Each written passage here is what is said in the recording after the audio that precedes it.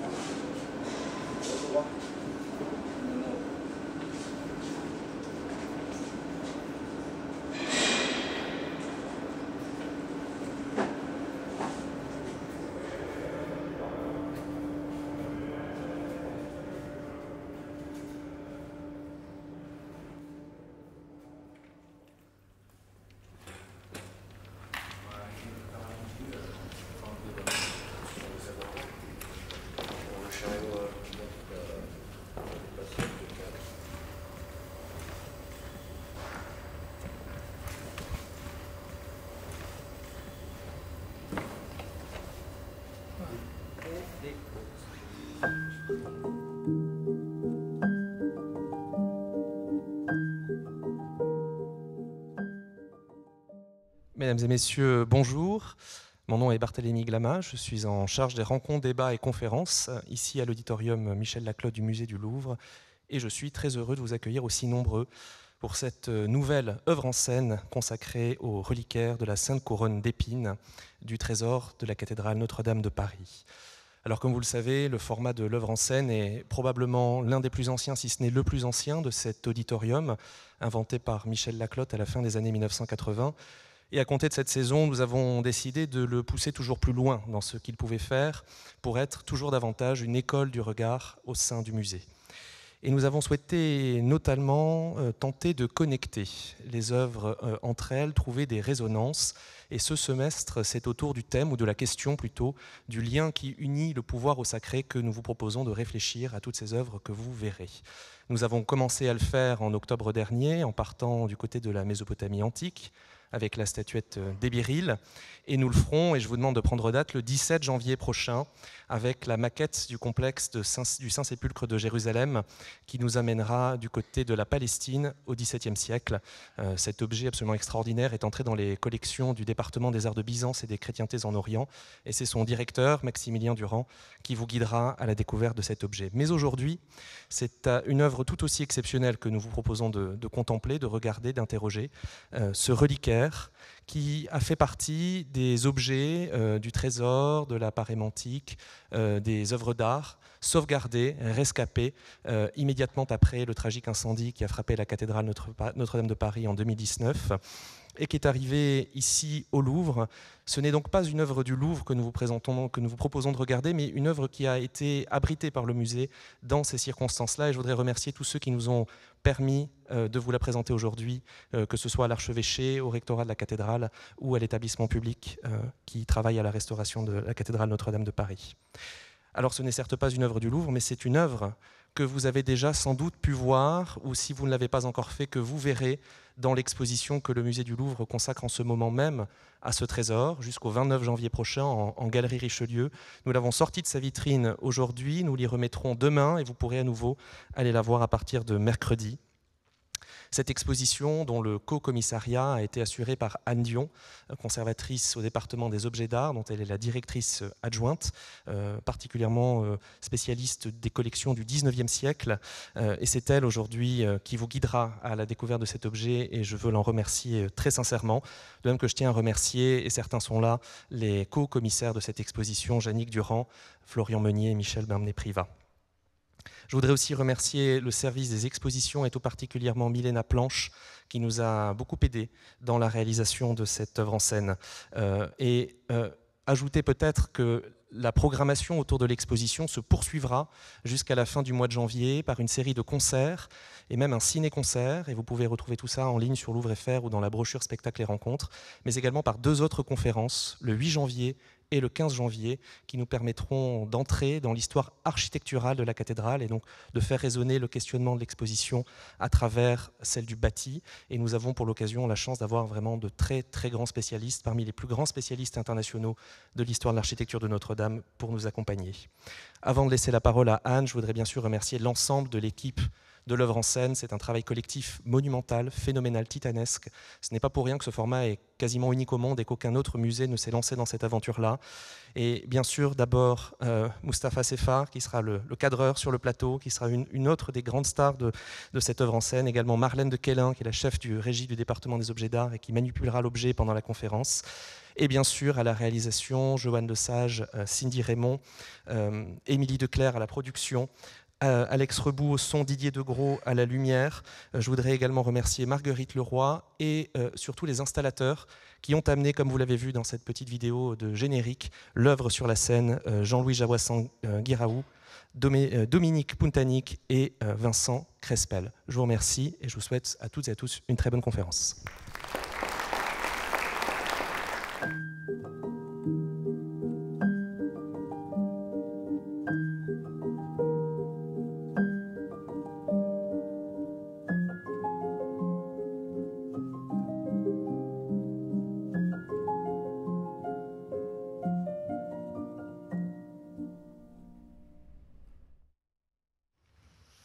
Bonjour à tous.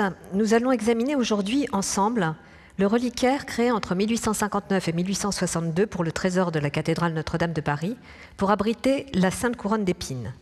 Je voudrais tout d'abord renouveler les remerciements qui ont déjà été faits pour tous ceux qui ont accepté que cette œuvre soit temporairement retirée de l'exposition Trésor de Notre-Dame, à laquelle ils l'ont généreusement prêtée, pour être aujourd'hui présentée à l'auditorium. Monseigneur Ulrich, archevêque de Paris, Monseigneur Ribado-Dumas, son recteur, Laurent Prade, ici présent, régisseur général de Notre-Dame, et Marie-Hélène Didier, conservatrice générale à la DRAC Île-de-France.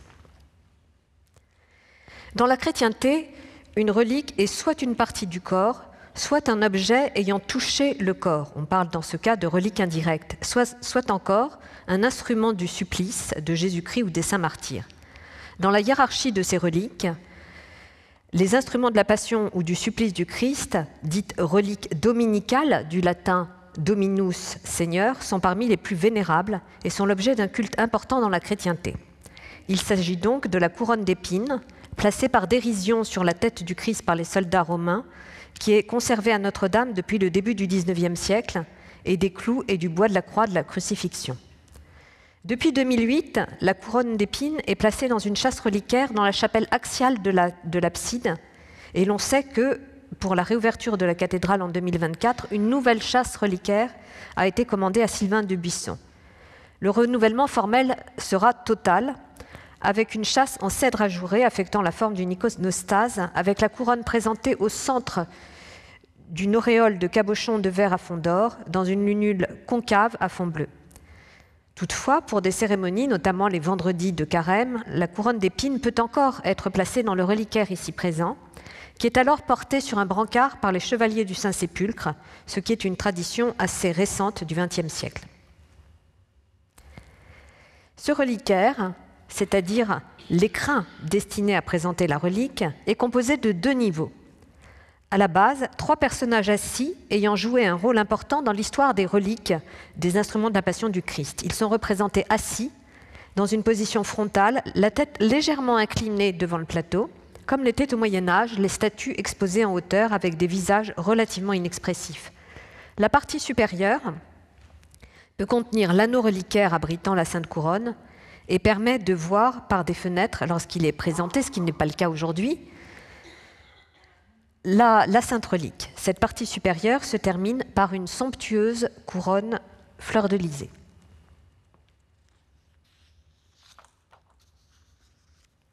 Pour comprendre les raisons de la commande au XIXe siècle du présent reliquaire, il faut d'abord se pencher sur les circonstances de l'arrivée de la couronne d'épines à Notre-Dame au début du XIXe siècle, alors qu'elle était à la Sainte-Chapelle sur l'île de la Cité depuis son acquisition par Saint-Louis en 1239. Le trésor de la Sainte-Chapelle est victime de la tourmente révolutionnaire, au même titre que celui de Notre-Dame, disparu en 1792. Après la nationalisation des biens du clergé le 2 novembre 1789, les reliquaires de la Sainte-Chapelle sont temporairement transportés en mars 1791 à l'abbaye de Saint-Denis, à la demande du roi Louis XVI. Ils n'échappent néanmoins pas à la fonte en novembre 1793 au nom de la patrie en danger. Certaines reliques, cependant, qui n'ont pas l'intérêt vénal des métaux précieux, sont confiés par la Commission temporaire des arts à la Bibliothèque nationale et entrent alors au cabinet des antiques. C'est le cas de la couronne d'épines, rompue en 3 parties égales après le retrait de son reliquaire en avril 1794. Le rétablissement du culte est permis par le concordat signé le 15 juillet 1801 entre la France et le Saint-Siège et par la loi relative à l'organisation des cultes du 8 avril 1802. Ce même jour, Jean-Baptiste de Bellois, ancien évêque de Marseille, âgé de 92 ans, est nommé archevêque de Paris. En novembre 1804, il écrit au ministre des Cultes pour réclamer la couronne. Le 26 octobre, à la veille du sacre de Napoléon, initialement prévu le 9 novembre, la couronne d'épines est remise à l'abbé d'Astros, grand vicaire de Paris, qui écrira d'ailleurs un précis historique sur l'histoire sur la Sainte Couronne d'épines en 1806. Après une enquête d'authentification, la relique est solennellement reconnue dans une salle de l'archevêché. En 1806, la couronne est enfermée dans son anneau reliquaire, un tube de cristal annulaire joint par des cercles de vermeil, placé à son tour dans une châsse que vous avez sur l'écran, l'un et l'autre de l'orfèvre Jean-Charles Caillé est visible dans l'exposition. Les tribulations de l'insigne relique ne sont pas achevées. Lors de la Révolution de 1830, le 29 juillet, devant la menace d'un pillage, l'archevêque, Monseigneur de Quélin, la met à l'abri avec un fragment de la vraie croix, un Saint-Cloud et un ensemble de reliques. Il choisit assez curieusement de les confier à une fille de la comtesse de Chantemel, qui les cache dans le château familial de la Croix Saint-Lefroy dans l'Eure. Après la mort de Monseigneur de Quélin, Monseigneur Affre, son successeur, en mai 1840, souhaite récupérer ce vénérable dépôt. Or, entre-temps, la dépositaire est décédée. Il s'agit probablement de Charlotte de Chantemel, épouse de la Forêt d'Armaillé, effectivement décédée le 7 décembre 1840, et sa mère, la comtesse de Chantemel, refuse alors de rendre les reliques. L'archevêque saisit finalement le ministre de la Justice et des Cultes, auquel il écrit le 30 mai 1843. « Je me suis occupé inutilement, depuis 3 ans, de faire restituer à la métropole la Sainte Couronne d'épines et la vraie croix que le Saint-Roi acquit à grands frais de l'empereur de Constantinople en 1241. Cette dame a refusé de me les rendre, craignant, disait-elle, de manquer à la confiance que lui avait témoignée Monseigneur de Quélin. Il faut l'intervention du préfet de l'Eure pour apaiser les scrupules de la pieuse dame, et la boîte en chêne rassemblant les reliques est enfin restituée le 31 mai 1843 et donnée alors plus classiquement en garde aux sœurs de la Charité de la rue du Bac, en l'absence de sacristie, pour l'accueillir à Notre-Dame. Le traumatisme des événements de 1830 et de 1831, car Notre-Dame a été victime d'un sac encore en février 1831, peut-être plus violent encore que celui de 1830, est telle que l'opportunité de faire à nouveau paraître les reliques de la Passion à Notre-Dame, soumise à la délibération du chapitre en 1844, est écartée. Ce n'est qu'en 1845 qu'il est décidé de les exposer, et uniquement pendant la Semaine Sainte, en excluant les vendredis de carême proposés. En vue de cette présentation, un rapport est demandé au trésorier du chapitre, qui préconise en février la création d'un nouveau reliquaire, je cite, « pour exposer convenablement ces précieuses reliques à la vénération des fidèles ». Le conseil de fabrique nomme une commission de 4 de ses membres chargés de faire des dessins et devis nécessaires pour la confection d'un reliquaire en harmonie avec ce qui existe. Le 20 mai 1845, le conseil de fabrique provisionne un crédit de 6 000 francs, confirmé par le chapitre en 1846, pour un nouveau reliquaire et décide qu'il sera exécuté sous la direction de messieurs Lassus et Viollet-le-Duc, chargés par le gouvernement des travaux de restauration de la métropole. On devra se borner à reproduire l'ancien reliquaire qui existait à la Sainte-Chapelle. Alors que le premier reliquaire de 1806, que vous avez vu, était d'un style néoclassique, à la fin de la monarchie de Juillet, le principe d'une harmonie entre l'architecture de la cathédrale et le reliquaire est jugé nécessaire et le recours au modèle médiéval est préconisé. Cette date du 20 mai 1845 n'est pas fortuite. Les architectes Jean-Baptiste Lassus et Eugène-Emmanuel Viollet-le-Duc ont remporté en 1843 le concours ouvert pour la restauration de la cathédrale et la reconstruction de la sacristie, mais il leur a été demandé de revoir leur projet pour la sacristie. Il avait en effet été décidé dès le début de la monarchie de Juillet de détruire la sacristie de Soufflot que vous avez à gauche, gravement endommagée par ces émeutes donc, de 1830 et 1831, et probablement par ailleurs plus au goût du jour de ses contemporains de Victor Hugo, désormais soucieux d'harmonie, la sacristie donc de Soufflot-Gênes, comme le reliquaire néoclassique de l'orfèvre-Caillé. Leur projet final, à droite, pour la sacristie, est daté du 7 mai 1845. Donc on voit cette concomitance de calendrier, du 7 et du 20 mai 1845, entre le contenant et le contenu, la sacristie reconstruite et le trésor renouvelé. Le chantier de la sacristie avance assez rapidement, mais l'aménagement intérieur traîne, et ce n'est que fin mars 1854 que la sacristie est livrée au clergé.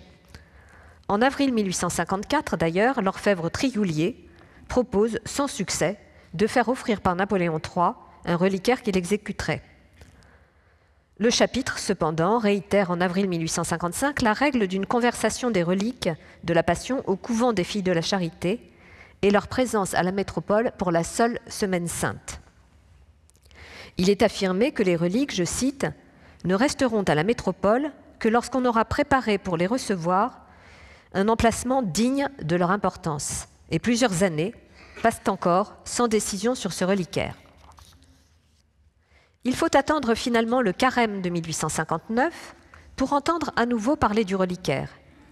Le cardinal archevêque Morlot annonce aux fidèles le 13 mars 1859 que des artistes de la plus grande habileté s'occupent activement de la confection d'un reliquaire. Le financement est déjà assuré, néanmoins le cardinal Morlot fait appel à la générosité des fidèles qui voudraient contribuer à l'ornementation de la châsse par l'offrande de quelques pierres précieuses. On se rappelle qu'un budget de 6 000 francs avait été provisionné en 1806. Les archives de la fabrique ne donnent pas le coût réel en 1861. Un commentateur, à l'exposition de 1862, évalue le prix à 12 500 francs, en incluant les pierres. On trouve donc effectivement sur le reliquaire plusieurs pierres précieuses ou plus d'ailleurs semi-précieuses. On a par exemple des améthystes, des aigues marines, des citrines, ici, des grenats, des cornalines, à nouveau des améthystes, un assez grand nombre de turquoises, donc des pierres assez nombreuses avec des tailles diverses. Et quant à la monture, le sertissage est assez simple. Il s'agit de battes avec des griffes selon la taille de la pièce, 4, 6 ou 8 griffes. Donc les pierres calibrées de façon très homogène, on voit par exemple les turquoises, ont sans doute été commandées par l'orfèvre et d'autres plus irrégulières pourraient provenir de ces dons sollicités par l'archevêque. Lassus étant mort en 1857, Viollet-le-Duc reste seul en charge du projet. Ses dessins, corroborant les affirmations du cardinal Morlot, donc qui disait que le travail était en cours en mars 1859, sont effectivement datés de mars et d'avril 1859. Le premier projet que je vous montre est effectivement très proche du reliquaire initial. Vous vous souvenez qu'il avait été prescrit en 1846 de se borner à reproduire le reliquaire de la Sainte-Chapelle. Cela rejoignait les principes de Viollet-le-Duc qui, comme Diderot, le directeur des Annales archéologiques, pensait que toute création doit être précédée d'une étude archéologique. Le dessin, à droite de l'écran, détaille le décor prévu pour le plateau, avec son décor de feuillage en relief sur un fond amati. Et pour la partie supérieure, il adopte bien la forme en couronne fleur-de-lysée du reliquaire du XIIIe siècle, qui était connu par plusieurs figurations. Celle que Viollet-le-Duc pourrait avoir eu le plus de facilité à consulter est la gravure publiée par Sauveur Jérôme Morand dans son Histoire de la Sainte-Chapelle. Donc on voit ici la grande chasse reliquaire de la Sainte-Chapelle, et vous voyez au centre, sur un pied, la couronne avec des ouvertures en arcature trilobée, alternant avec des figures en ronde-bosse. Ce n'est sans doute pas la seule source de Viollet-le-Duc qui fait alterner de grandes fleurs de lys et des fleurons, qui sont attestés par d'autres représentations, mais assez peu visibles sur cette figuration de Morand. Il y avait 8 figures sur le reliquaire médiéval, mais Viollet-le-Duc fera le choix de faire figurer les 12 apôtres entre les 12 fenêtres. Pour la partie inférieure, Viollet-le-Duc prend en revanche le parti de s'éloigner du modèle médiéval et il hésite sur le parti à adopter, comme le prouvent divers projets. On a ici un projet conservé au musée d'Orsay qui montre sur un plateau rectangulaire 2 anges agenouillés, très classique dans les reliquaires gothiques français. On peut citer celui de Jaucourt, conservé au musée du Louvre, qui donc soutient cette couronne fleur-de-lysée. Viollet-le-Duc, dont on connaît la solide connaissance de l'architecture gothique, y démontre sa connaissance des arts précieux médiévaux. Il faut rappeler qu'à partir de 1858, il publie le dictionnaire raisonné du mobilier français de l'époque carolingienne à la Renaissance. Autre projet, Viollet-le-Duc développe finalement dans ce projet, bien représentatif du goût pour l'histoire qui caractérise le XIXe, une base optant pour des personnages en rapport avec l'histoire de la relique. Sainte-Hélène, l'empereur Baudouin et Saint-Louis, qu'il imagine d'abord dans ce projet, donc, conservé à la médiathèque de Charenton, debout. Même si l'on ne voit ici que 2 personnages, vous pouvez peut-être deviner à droite du dessin une inscription au crayon qui mentionne bien les 3 personnages. Saint-Louis et Baudouin sont représentés dans une attitude gracieuse, avec le hanchement caractéristique de la sculpture du XIIIe siècle, vêtus de tuniques et de manteaux bordés d'or froid, formant de souples drapés, et ils supportent à 2 mains le reliquaire. On remarque aussi les fauves étirés dont les très longues queues supportent le plateau, alors que la queue sera finalement repliée dans la réalisation. Les félins, que l'on voit donc supportant le plateau inférieur, paraissent prêts à bondir, avec leurs pattes repliées, les oreilles couchées, la gueule ouverte qui laisse voir leurs crocs. On admirera la finesse de la ciselure, notamment pour la figuration des côtes ou encore le détail des griffes, pour une partie du reliquaire qui pourtant est à peine visible. Tous n'ont pas le même positionnement. Ceux qui sont à l'extrémité de chaque lobe, devant le souverain, ont la tête qui émerge à peine du plateau, alors que les 2 autres dépassent plus largement. Ces félins, très stylisés, ne sont pas sans rappeler les créatures fantastiques des gargouilles de Notre-Dame, pour lesquelles Viollet-le-Duc a laissé beaucoup de dessins. Voyons maintenant ce projet, signé et daté de mars 1859, qui est très proche de la réalisation, comme vous le voyez. Le plateau est bien désormais trilobé. Certes, la colonne centrale est finalement simple et lisse, alors que le projet prévoyait une colonne constituée de colonnettes adossées, couronnées par un chapiteau corinthien. Et les fauves, on le voit sur ce projet, ont bien, comme ils seront dans la réalisation, à queue enroulée. Les sièges, par ailleurs, sont prévus avec précision. Pour le modèle, Viollet-le-Duc pourrait s'être inspiré du fauteuil mérovingien de Dagobert, aujourd'hui conservé au cabinet des médailles, dont on retrouve les montants antérieurs à jarret à tête d'animal. On voit ici bien ces montants terminés par un mufle de lion.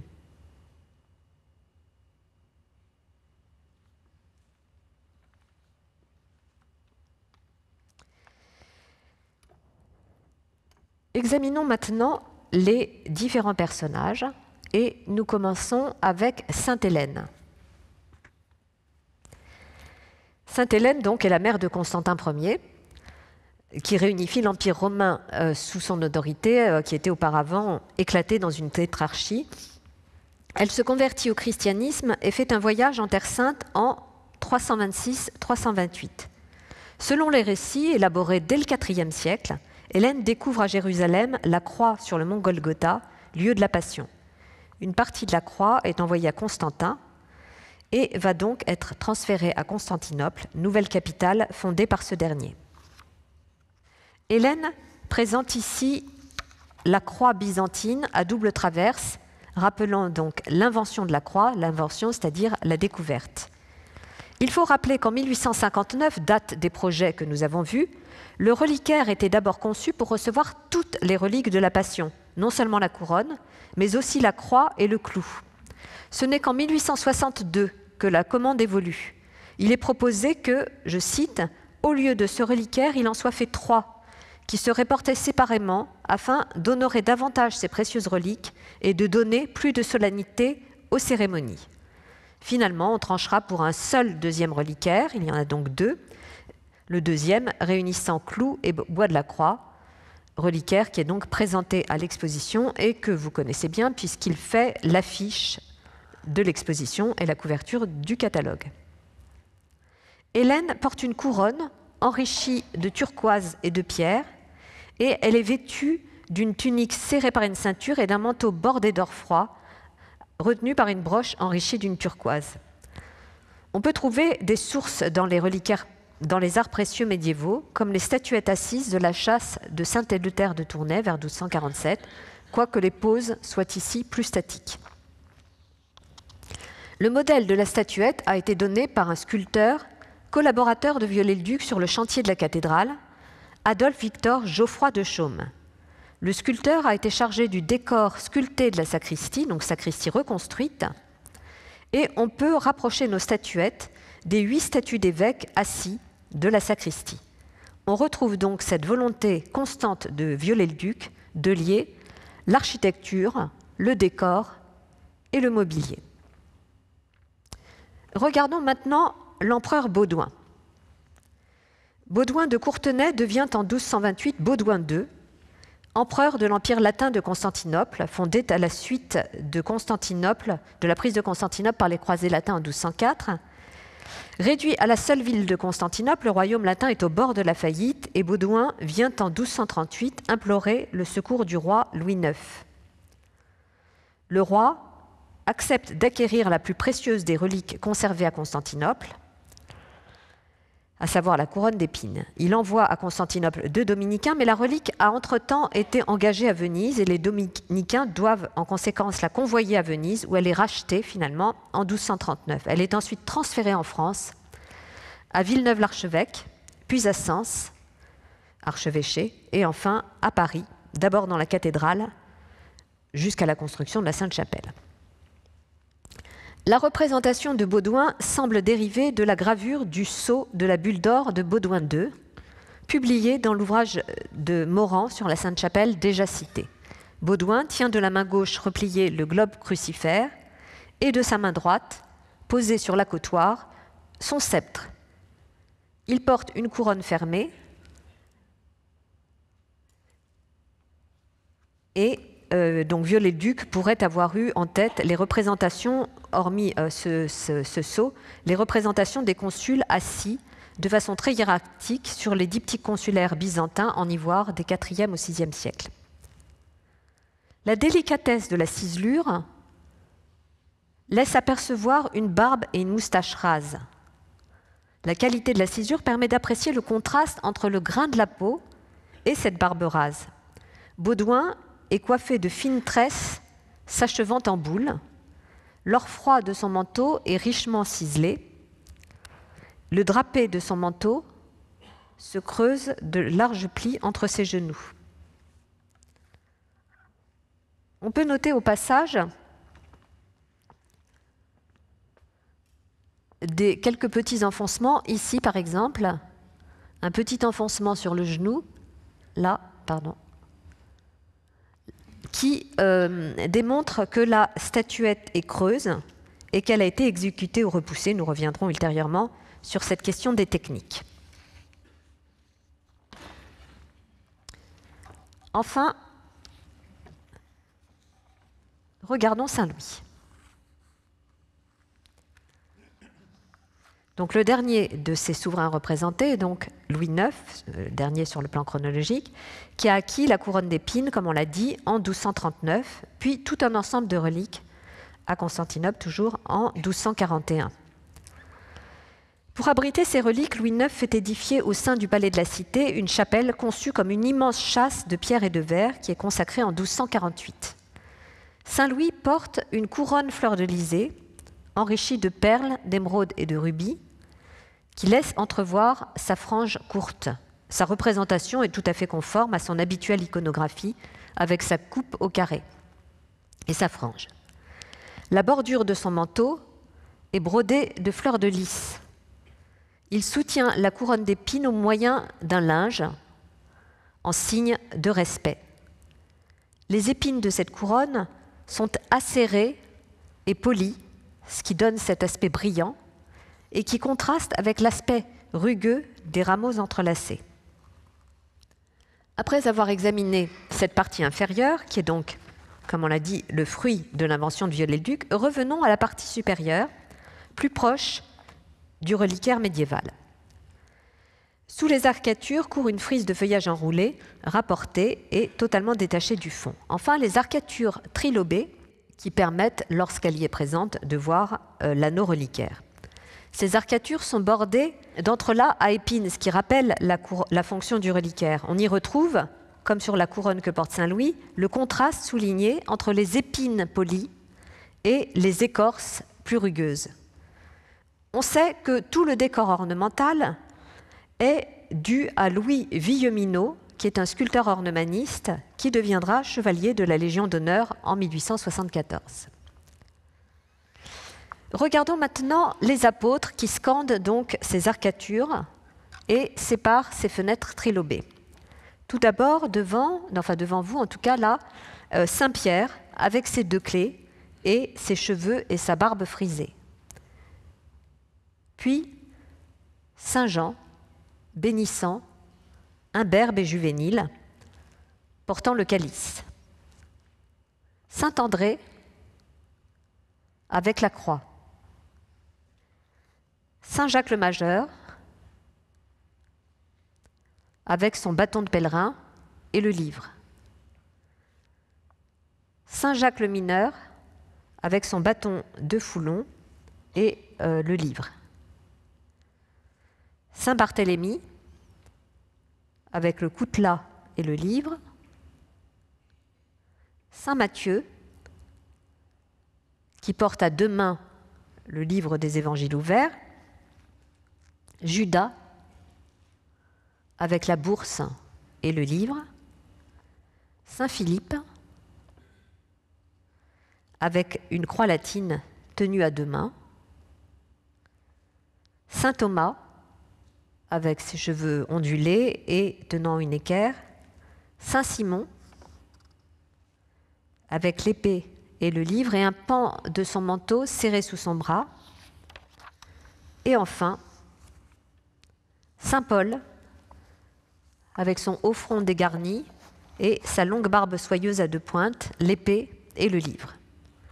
Donc les attributs, les barbes, les coiffures, les drapés diffèrent et permettent une individualisation de chaque apôtre. Les 12 apôtres reposent sur des consoles et sont abrités par un dais architecturé à clocheton. On peut trouver des antécédents à ce thème dans les arts précieux du milieu ou du troisième quart du XIIIe siècle. On peut citer notamment la châsse de Saint-Roman de Rouen, dont un apôtre est conservé au Louvre, donc vers 1250-1260, ou encore celle de Nivelles, vers 1272, dont on voit ici une photographie avant qu'elle ne soit bombardée vers 1940. Le canon allongé des statuettes, l'élégance des drapés, avec des plis profondément creusés et des retombées à cascade de plis, sont inspirés de la sculpture du XIIIe siècle, ce qui était la référence absolue pour Viollet-le-Duc et également pour son interprète Geoffroy de Chaume. Le thème du collège apostolique était présent à la Sainte-Chapelle, adossé aux piles de la chapelle haute. Vous voyez ici un dessin de Lassus et du banc de cette chapelle haute. Geoffroy de Chaume les connaissait bien pour avoir participé à leur restauration sous la direction de Lassus, ou même, dans certains cas, à leur restitution en 1851-52. Par ailleurs, la Suisse avait placé à la base de la flèche de la Sainte-Chapelle, reconstruite de 1853-1855, ces mêmes 12 apôtres qui sont réalisés sous la direction de Geoffroy de Chaume. À Notre-Dame, le sculpteur est également sollicité pour le modèle des apôtres de l'ébrasement du portail du jugement dernier de Notre-Dame. Vous avez ici le Saint-Pierre, et évidemment pour ceux de la nouvelle flèche de Notre-Dame qui sont exposés en ce moment, comme vous le savez, après restauration à la Cité de l'Architecture. Les gestes de ces derniers sont plus exagérés pour être devinés en silhouette, malgré la hauteur. Après avoir étudié l'origine de la commande du reliquaire, puis les auteurs de sa conception, attachons-nous à son exécution et à ses techniques d'exécution. Avant de commencer cet examen, nous allons voir un petit film qui présente le travail de la restauratrice Sherazade Bentatoui qui a nettoyé le reliquaire afin qu'il puisse être resplendissant comme nous le voyons et comme il a été présenté lors de l'exposition. Donc nous regardons ensemble ce petit film.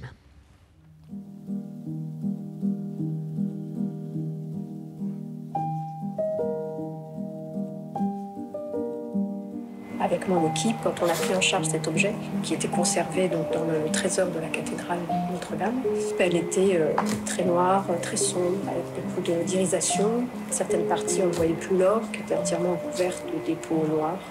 Elle n'a pas du tout subi de pollution due au plomb, vu que les objets ont été évacués assez rapidement. En revanche, beaucoup de poussière, d'encrassement et beaucoup de corrosion de l'argent, des bases cuivres qui ont été dorées. Donc on procède surtout à un allègement et un dégagement de ces surfaces afin de redonner un peu de couleur, blanc pour l'argent, jaune pour l'or, et remettre en valeur toute la série de pierres, de cabochons.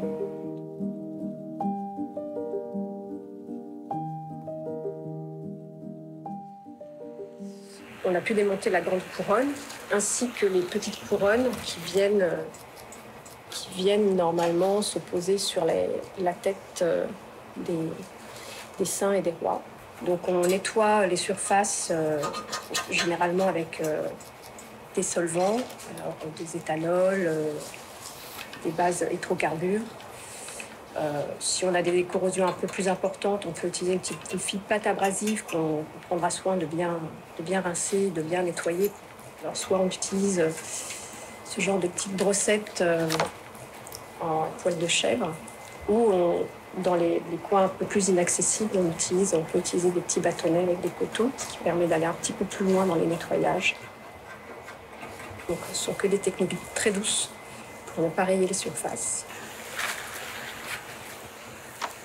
Donc là, je continue à nettoyer la couronne d'épines. Et tout en nettoyant, je me rends compte que l'alliage qui a été utilisé pour faire cette couronne est un alliage pas uniquement fait d'argent, parce que plus je nettoie et finalement elle ressort, alors qu'elle était très noire au départ, elle ne revient pas avec cet aspect blanc unique de l'argent. Et je vois qu'il y a des reflets dorés. Donc là, sur une œuvre comme ça, c'est avant tout beaucoup de patience pour aller dans les petits recoins, notamment sur ces zones-là où on a des ajourés, et sur ces pièces-là aussi.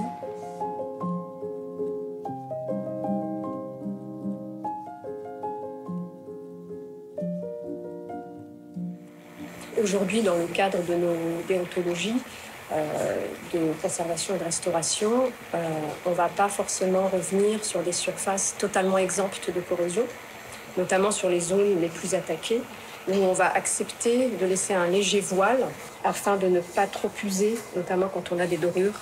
Ici, on est sur une opération assez simple de nettoyage des surfaces, mais qui, sur ce type d'objet, sur lesquels on obtient très rapidement un résultat assez satisfaisant.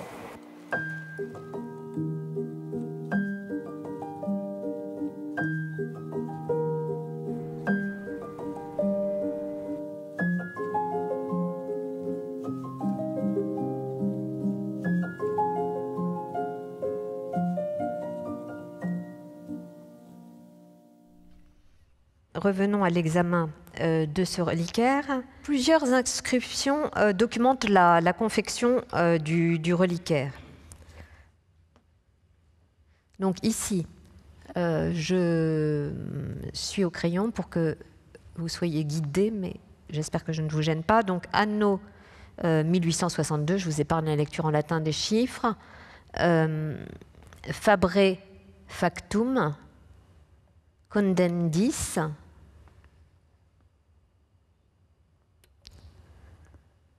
passionis, Christi, vous voyez ici en fait c'est le chrisme, sacris, lipsanis, a rege Ludovico, donc par le roi Saint-Louis, Sanctae Palati Capellae in Latis, donc placé à la Sainte-Chapelle du Palais, anno 1239. Donc une inscription qui explique à la fois l'histoire des reliques et la confection du reliquaire en 1862. Par ailleurs, le reliquaire est signé.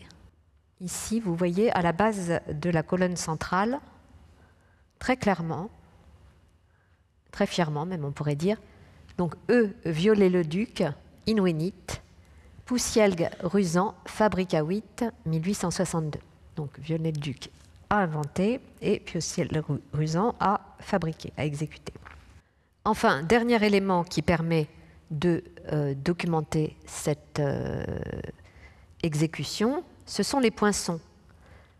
Toute pièce d'orfèvrerie, conformément à la législation post-révolutionnaire, donc à la loi du 19 Brumaire en 6, le 9 novembre 1797, porte un poinçon d'orfèvre qui est un poinçon losangique, donc vous le voyez ici très bien, en forme de losange. Et ces poinçons portent les initiales de l'orfèvre, donc à savoir ici PPR. Alors il faut que vous fassiez preuve un peu d'imagination parce qu'il a la tête en bas. PPR, donc pour Placide, Poussielgue Rusant, et une croix et une encre en sautoir, c'est-à-dire entrecroisées, et au-dessus, donc en bas pour nous, un cœur. Ce poinçon de Poussielgue Rusant est insculpé en décembre 1847, puis à nouveau en 1857, et il est biffé, c'est-à-dire détruit lorsque l'orfèvre cesse son activité en 1891. Par ailleurs, à gauche de ce poinçon d'orfèvre losangique, vous voyez deux petites têtes de sanglier. Il est insculpé 2 fois. Cette tête de sanglier, c'est la petite garantie pour l'argent, donc puisque le reliquaire est donc en argent doré. Les poinçons sont les mêmes pour l'argent et l'argent doré. Poinçon qui est en cours à partir de 1838. Et ce poinçon, on le trouve, je le vous montre là, mais on le trouve également sur chaque console portant les 12 apôtres. On le trouve à plusieurs reprises sur le reliquaire, comme il est normal. Le 16 janvier 1862, une commission nommée par le chapitre est chargée d'aller examiner le reliquaire des instruments de la Passion dans l'atelier de Poussielgue Rusant. Donc on pourra en regarder, pour en examiner l'avancement. Le 30 mars 1862, les 2 reliquaires sont achevés, ceux de la Sainte Couronne et celui du Clou et de la Croix, et ils sont présentés dans les salons du palais épiscopal, avant d'ailleurs que n'y soient placées les reliques, puisqu'ils doivent partir pour l'exposition universelle de Londres. Donc ils sont exposés à Londres, et à Londres, le reliquaire de la Sainte Couronne est jugé exceptionnel. Paul Dalloz, notamment, un critique de l'époque, le juge exceptionnel tant par sa valeur artistique que par le prix du métal et des pierreries. Il est plusieurs fois publié, notamment par Waring, qui en publie une gravure. Parmi les collaborateurs de Poussielgue Rusant, nous avons déjà évoqué Geoffroy de Chaume pour la sculpture, Villeminot pour la sculpture ornementale, mais pour l'exécution proprement dit, il faut citer Bastier, qui est le chef d'atelier de Poussielgue, pour les travaux d'orfèvrerie. Faussin, qui est le président du jury de la section orfèvrerie à l'exposition universelle de 1862, rédige un rapport pour la candidature de Poussielgue Rusant à la Légion d'honneur, et il donne dans ce rapport des détails sur l'exécution. C'est de cette manière que nous apprenons que la châsse, qui est repoussée au marteau, a occupé 20 ouvriers de la fabrique pendant 2 années consécutives. Il faut souligner la diversité des techniques utilisées par l'orfèvre pour ce reliquaire. Si l'on regarde le plateau inférieur, celui qui porte donc les 3 statuettes, on voit qu'il est orné d'un décor de feuillage réservé sur un fond guilloché, c'est-à-dire, comme vous le voyez, entièrement ciselé de fines vaguelettes parallèles. Depuis le début du XIXe siècle, on utilise des machines à guillocher mécaniques. Un stylet suit le tracé du modèle et transmet le mouvement au second qui grave la pièce. Donc on voit très bien ici les feuillages réservés et ce fond guilloché. Plus tard, et d'ailleurs de façon contemporaine à l'exécution de ce reliquaire, mais qui est créé de façon purement artisanale, dans des fabrications plus sérielles, notamment Christoffel utilisera l'électricité pour ces décors de guillochage. Si l'on regarde juste en dessous le bord du plateau, le champ du plateau, on voit ces décors d'enroulement de tiges et de fruits qui sont exécutés avec des filigranes. Dans l'orfèvrerie médiévale, la technique traditionnelle du filigrane est créée par la torsade du fil qui génère donc des petites boules. En réalité, ici, ce sont des filigranes fins et les petites boules sont simplement soudées.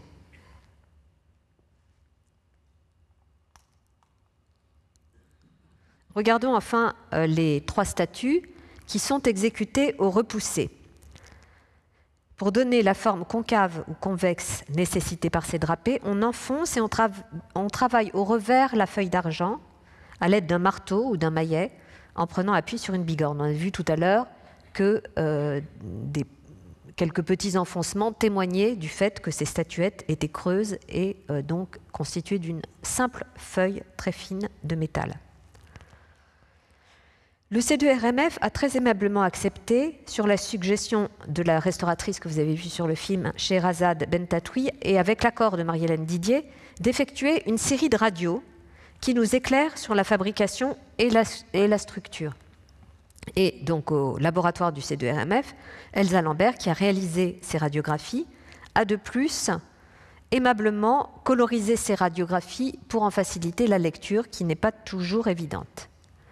Voyons donc les radiographies de la statuette de Saint-Louis que vous reconnaissez bien ici avec sa couronne d'épines. De face, on distingue le drapé du vêtement en repoussé où la feuille de métal très fine apparaît comme un simple voile alors que le siège, les mains, la couronne d'épines et son voile plus épais, plus blanc sur la radio sont fondus.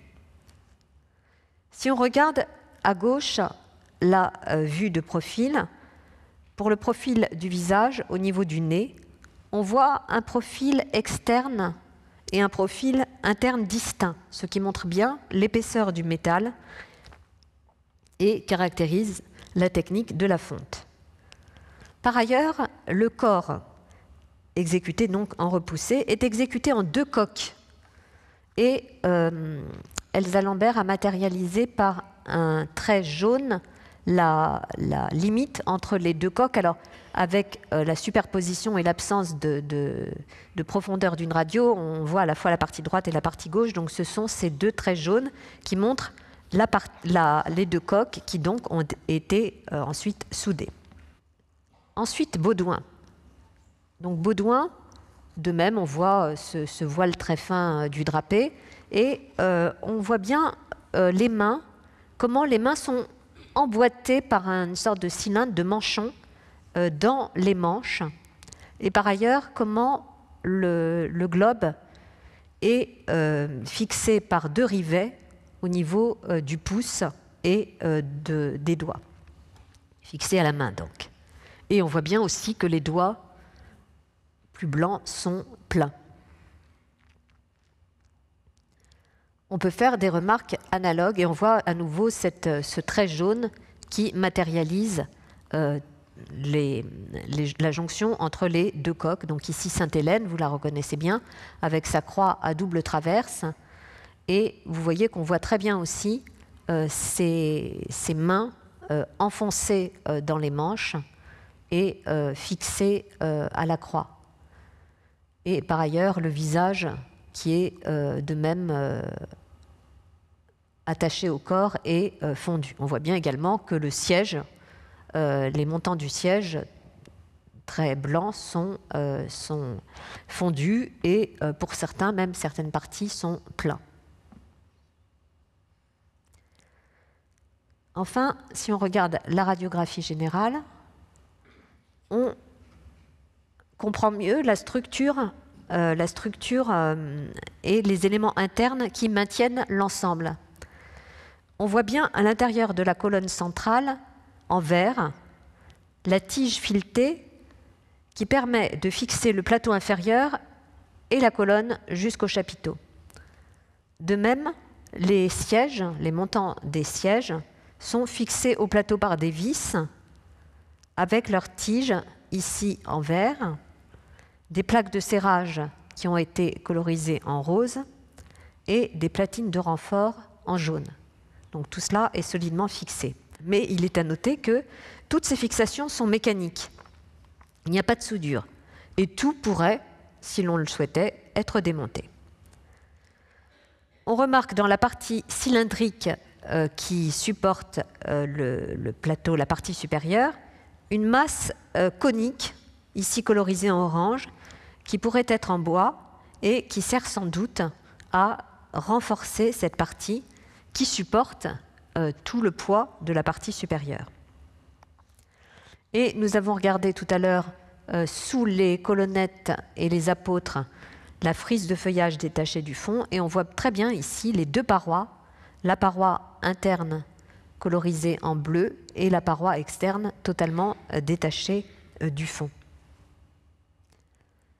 Enfin, on voit ici les radiographies des apôtres et on voit que les apôtres sont fondus.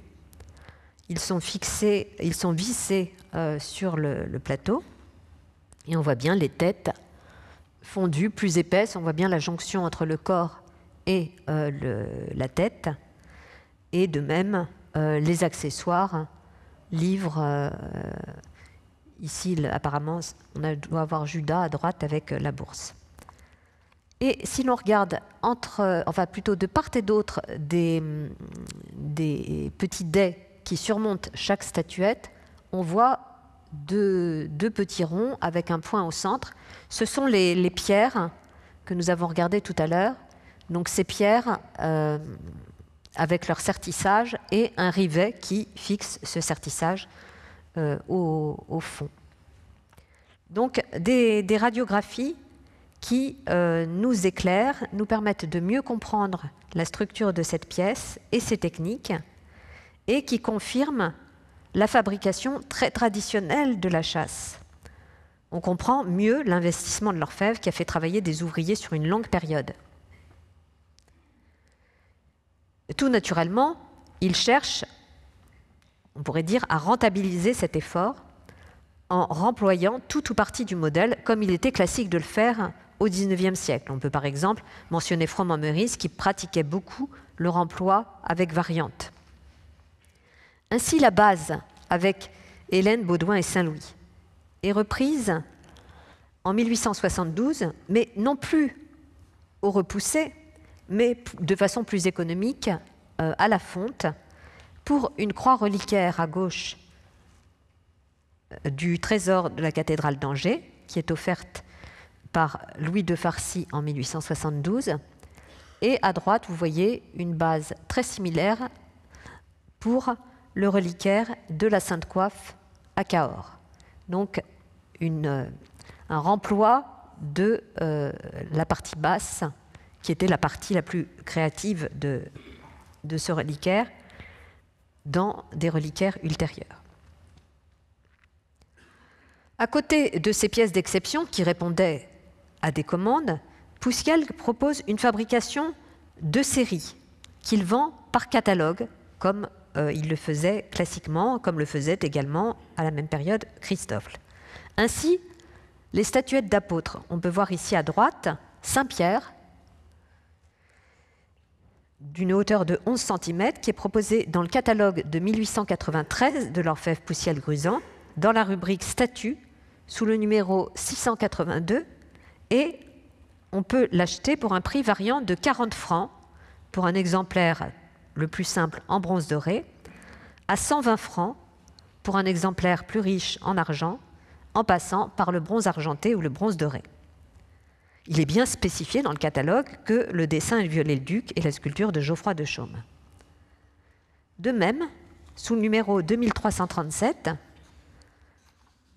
on peut acheter des statuettes, les statuettes assises. On trouve dans le catalogue Saint-Louis et Sainte-Hélène, mais non Baudouin d'ailleurs, donc ici Saint-Louis, qui est proposé avec crédence à 41 cm ou sans crédence de 31 cm, et de même avec des variantes de prix allant de 225 francs à 400 francs selon la richesse du matériau. Cette commercialisation ne pouvait déplaire à Viollet-le-Duc, qui prenait dans son dictionnaire du mobilier une démocratisation des arts décoratifs et voulait concilier la qualité de la conception et une grande diffusion. D'un objet exceptionnel par sa qualité et sa conception, destiné à abriter une relique insigne et par définition unique, on passe donc à des statuettes adaptées à toutes les sacristies des églises de France. Je vous remercie.